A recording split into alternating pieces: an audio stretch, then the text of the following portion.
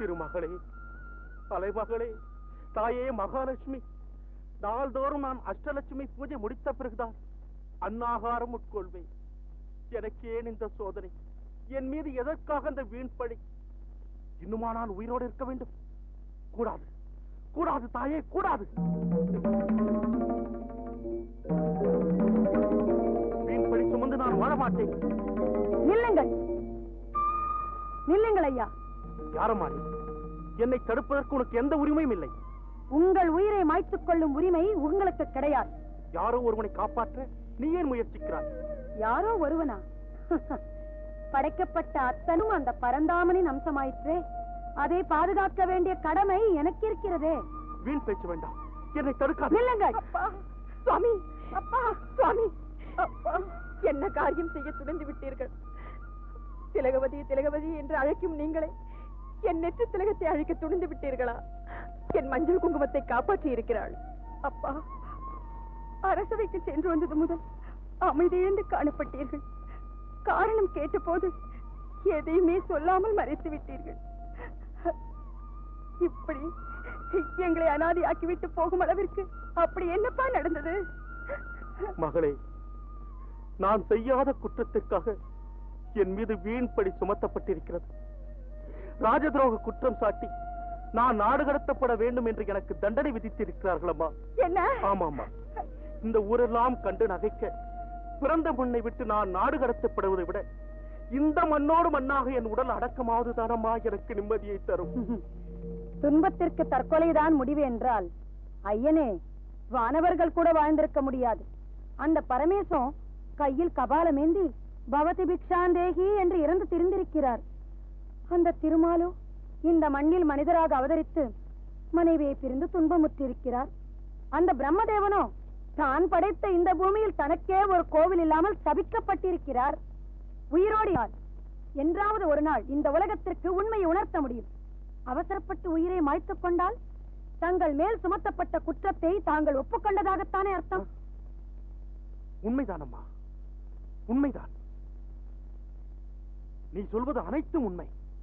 ஐயா, ராவணனின் சிறையில் அடைக்கப்பட்ட சீதை தன்னை மாய்த்துக் கொள்ள முயன்ற நேரத்தில்தான் ராமனின் செய்தியோடு வந்தான் அனுமன். ஆலகால விஷத்தை கண்டு பயந்து தேவர்கள் பதறியோடி அந்த கணத்தில்தான் அமுதம் தோன்றியது. நியதி. சம்புவரையருக்கு எனது பணிவான வணக்கம். வணக்கம். தங்கள் மீது சுமத்தப்பட்டது வீண் பழி என்ற உண்மை வெளிப்பட்டு விட்டது. நான் இங்கு வந்ததின் நோக்கமே வேறு. தங்கள் கட்டளையை நிறைவேற்ற காத்துக் கொண்டிருக்கிறேன். இவன் என்னுடைய ஒரே மகன். தங்களுக்கும் ஒரே மகள் அல்லவா? ஆமாம். இவன் பெயர் கிரிதரன். இவனுக்கு மணமுடிக்க நான் ஒரு பெண் தேடிக்கொண்டிருக்கிறேன். நீங்களும் உங்கள் மகள் பூங்கோதைக்கு மணமுடிக்க ஒரு வரன் தேடிக்கொண்டிருக்கிறீர்கள் அல்லவா? அமைச்சரே, தாங்கள் கூறுவது எனக்கு ஒன்றுமே புரியவில்லையே. உங்களிடம் பெண் கேட்க வந்திருக்கிறேன். அதாவது சம்பந்தம் பேச வந்திருக்கிறேன். செல்வி பூங்கோதை வர சொல்லுங்களேன். அவளுக்கு அலங்காரம் எதுவும் செய்யவில்லையே? தேவையில்லை. இல்லத்தில் இயல்பாக எப்படி இருப்பாள் என்பதை பார்ப்பதற்காகத்தான் நாங்கள் வந்திருக்கிறோம். அழைத்து வாருங்கள்.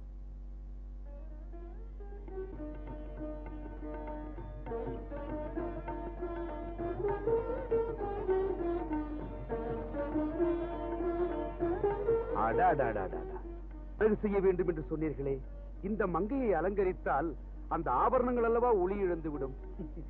இல்லையா மைந்தா? மாமனாரின் காலில் விழுந்து ஆசி பெற சொல்லுங்களப்பா.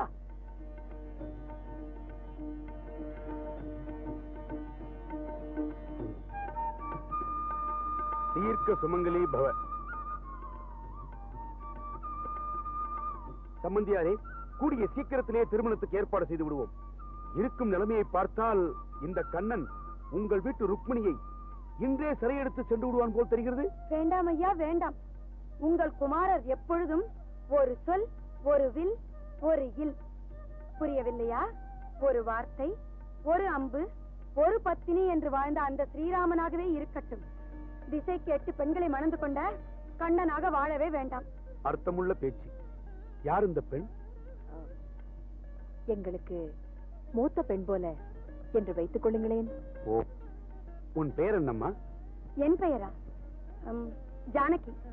அம்மா ஜானகி, அந்த ஜானகிராமனை போல என் மகனும் ஏகபத்னி விரதனாகத்தான் இருப்பான். சம்பந்தியாரே, அந்த பச்சை வண்ண திருமாலின் சாட்சியாக தங்களுடைய மகளை என் மருமகளாக நான் ஏற்றுக்கொள்கிறேன். அதற்கு அச்சாரமாக இந்த பச்சை வண்ண மரகத கல்லை தாங்கள் ஏற்றுக்கொள்ள வேண்டும்.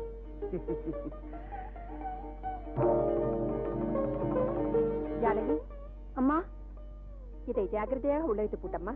சரி.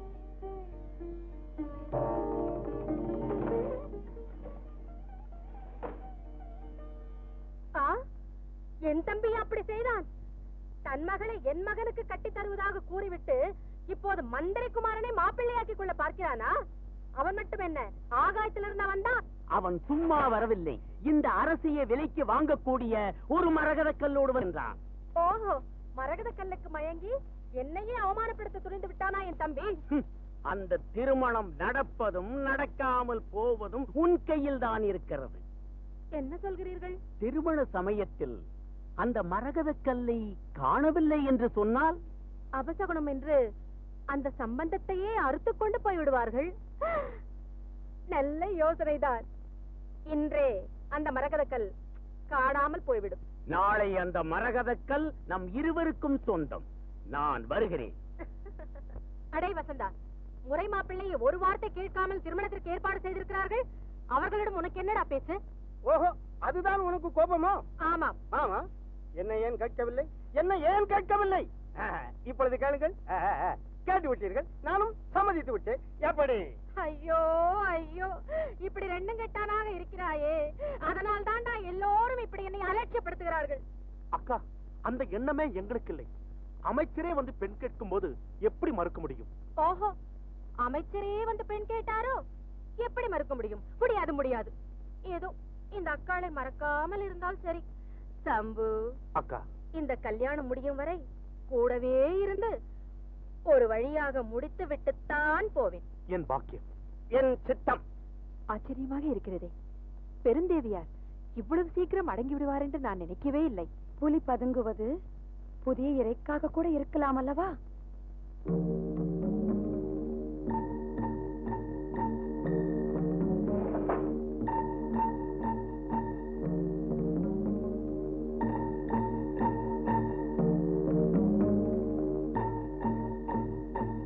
பெருந்தேவி அம்மையார் அவர்களே.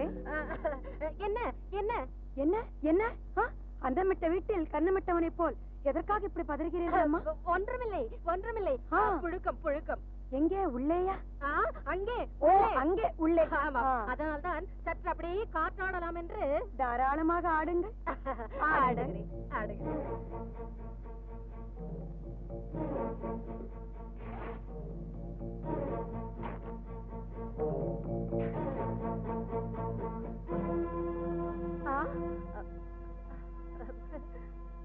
என்ன பெருந்தேவி அம்மையாரே? ஆமாம், நீங்க எங்கே? நானும் உங்களுடன் சேர்ந்து ஆடலாம், காற்றாடலாம் என்று வந்தேன். கிணற்றடியில் காற்று அதிகமாக வீசுகிறது. ஆமாம் ஆமாம். என்ன கையை மறைத்து வைத்திருக்கிறீர்கள்? வலியா? இல்லையே, கையில் ஒன்றுமில்லையே. இதோ பார்.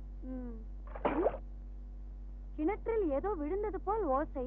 கிணற்றில் நான் ஒன்று போடவில்லையே. ஐயோ அம்மா, கிணற்றில் விழுந்து விட்டாயா? இன்னும் விழவில்லையா? சந்தோஷம். என்ன சத்தம்? ஒன்றுமில்லை. பெருந்தேவி அம்மையாருக்கு அந்த மரகத கல்லை காண வேண்டும் என்ற ஆவல். இந்த நேரத்துல?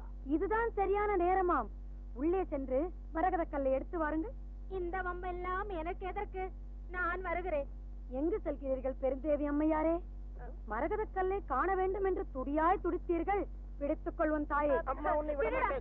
சுவாமி சுவாமி, மரகத கல்லை காணவில்லை. என்ன, மரகத கல்லை காணவில்லையா? ஐயோ, அது இல்லாவிட்டா திருமணம் நின்று விடுமே. கவலைப்படாதீர்கள் ஐயா, மரகத கல்லை நான் வரவழைக்கிறேன். எங்கிருந்து? இந்த கிணற்றில் இருந்துதான். ஐயோ,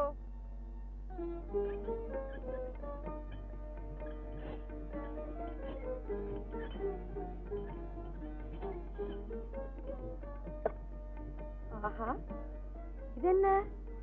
பெருந்தேவி அம்மையாரின் புடவை தலைப்பை போல. அம்மா முந்தான, அம்மா முந்தான. ஏமா புடவை கிழித்து கிணத்துக்குள்ள போட்டாய்? கிணற்றில் மரகதக் கல்லை பத்திரப்படுத்தி வைத்திருக்கிறார் பாருங்கள். அடி பாவி, கைம்பெண் ஆகிவிட்ட உன்னை காலமெல்லாம் காக்க வேண்டும் என்ற பொறுப்பை நான் ஏற்றுக்கொண்டேன். ஆனால் நீ இன்று என்னுடைய கௌரவத்தை குழி தோண்டி புதைத்து விட்டாய். நீ கிழித்ததும் புடவையின் ஓரம் மட்டுமல்ல, நமது உறவும் தான். போடியே பாடவாசந்தா, நீ செஞ்ச தவறுக்கு நான் ஏன் வர வேண்டும்?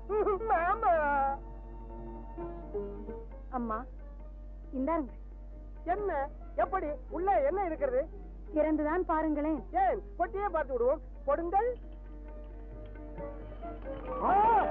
முன்னோர்கள் வைத்ததாக சொன்ன புதையல் இன்று உன்னால் கிடைத்ததம்மா. அம்மா ஜானகி, நீ மகாலட்சுமியே தான்.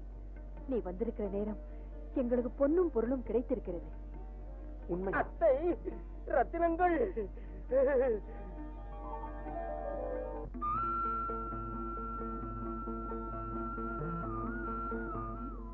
ஏண்டி பூங்கோதை, கிருஷ்ண பரமாத்மாவிடம் என்ன வேண்டிக் கொண்டாய்? சொல்லடி.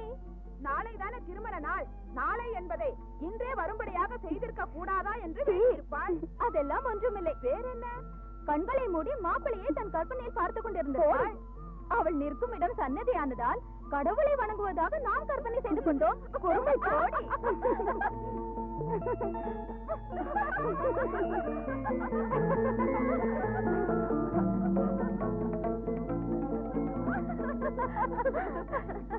என்னடி இது?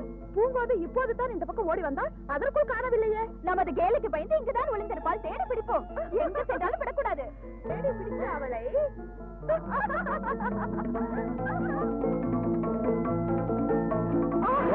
என்ன துணிச்சல்? என்னே, நான் தவம் செய்வது தெரியாதா? இளமையின் வேகத்தில் வேண்டுமென்றே என் மீது வந்து விழுந்து என் தியானத்தை கலைத்திருக்கிறாய். எந்த இளமையின் வேகத்தில் இப்படி செய்தாயோ அந்த இளமை உன்னை விட்டு விலகட்டும். முதுமை உன்னை பற்றிக் கொள்ளட்டும். சுவாமி, என்னை மன்னித்து விடுங்கள் சுவாமி. நாளை காலை எனக்கு திருமணம். எனக்காக எல்லோரும் காத்திருப்பார்கள். என் வாழ்வை அழித்து விடாதீர்கள். என்னை மன்னித்து விடுங்கள் சுவாமி. முடியாது. கொடுத்த சாபம் கொடுத்ததுதான்.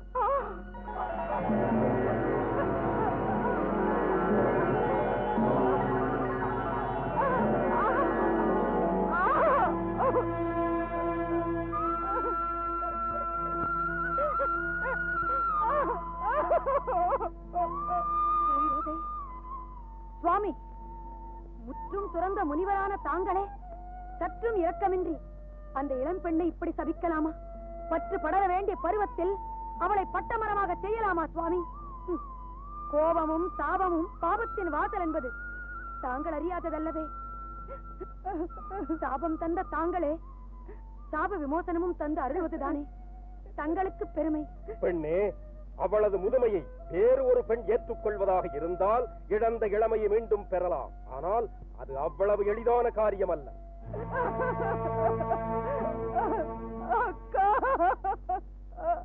பூங்கோதை, வா என்னுடன்.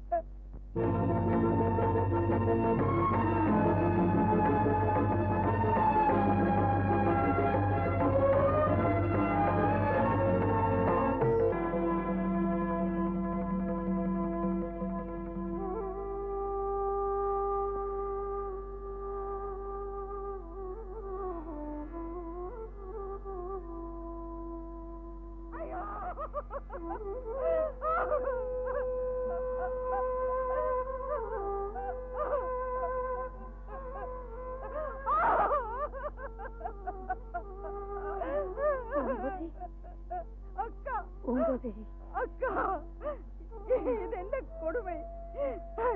திருமகளின் அழகெல்லாம் திரண்டு வந்தது போல் காட்சியளித்த நீங்கள் ஒரு கணத்தில் வயோதிகத்தின் வடிவத்தை அணிந்து விட்டீர்களே. இந்த கோர காட்சியை காண்பதை விட நான் அந்த வடிவத்திலே செத்து மடிந்திருக்கலாம். ஐயோ, தவறு செய்தவள் நான். தண்டனை அனுபவிப்பது தாங்களா? அக்கா, பூங்கோதை, பேசுவதற்கு இது நேரம் இல்லை அம்மா. பிடிவதற்கு சிறிது நேரமே இருக்கிறது. பிடிந்தால் உனக்கு திருமணம். ஊரெல்லாம் உன்னை தேடுகிறது. இனி ஒரு நிமிடம் நீ இங்க இருக்கக்கூடாது. சென்று விடு பூங்கோதை. அந்த பரந்தாமன் மேலான இங்கு நடந்த விஷயம் யாருக்கும் சொல்லிவிடாதே. செல் செல், சொல்வதை கேள். சென்று விடு.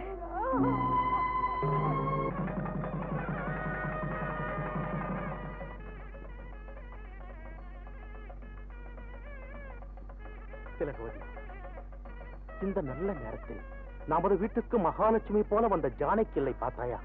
ஆமா,